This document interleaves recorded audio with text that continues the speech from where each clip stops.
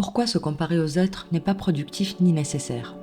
Nous sommes effectivement tous très uniques. Ce que cela signifie, c'est que chaque individu a sa propre et unique interprétation de son environnement. Chacun son propre parcours, ses propres habitudes, ses propres comportements, sa propre manière de penser, de ressentir et d'agir, et sa propre façon d'attribuer une signification aux choses et événements qu'il vit.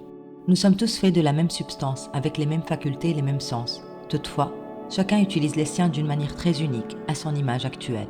Nous sommes tous bons au fond, tous avons de bonnes intentions, mais en fonction de notre bagage, croyances, nous agissons. Et de ce fait, parfois ce qui est bon pour certains peut être tout le contraire pour d'autres.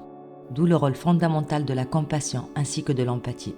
Nous éprouvons tous des émotions et comprenons parfaitement celles des autres, bien plus que les mots. Les émotions sont très importantes et ont un puissant impact sur notre réalité et la façon dont nous y répondons ou réagissons. Juger, critiquer, donner son opinion sont des paradigmes que nous tous humains avons ancrés en notre esprit et notre être. Et hélas, ils sont fréquemment utilisés d'une manière inappropriée, ce qui crée en nous un profond désarroi. Nous n'aimons pas être jugés ou critiqués ou évalués. En revanche, on est tous excellents à l'être envers nous-mêmes, les autres et le monde autour de nous. La comparaison, la jalousie, l'envie, le jugement, la critique, l'évaluation sont le fruit de nos insécurités, traduites de prime abord en nous-mêmes, ensuite envers autrui et le monde qui nous entoure. Notre environnement est simplement une projection de qui nous sommes. Il est le reflet de notre être. Une fois qu'on se libère de ces habitudes de pensée, on retrouve notre harmonie qui se reflètera sur notre environnement.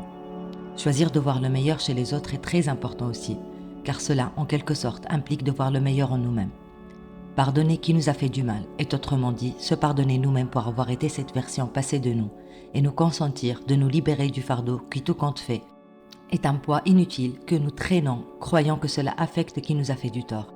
Imaginez comment pourrait changer la qualité de votre vie, vos relations, vos activités, vos échanges et surtout vos résultats, si seulement vous compreniez cela. Qu'en pensez-vous ?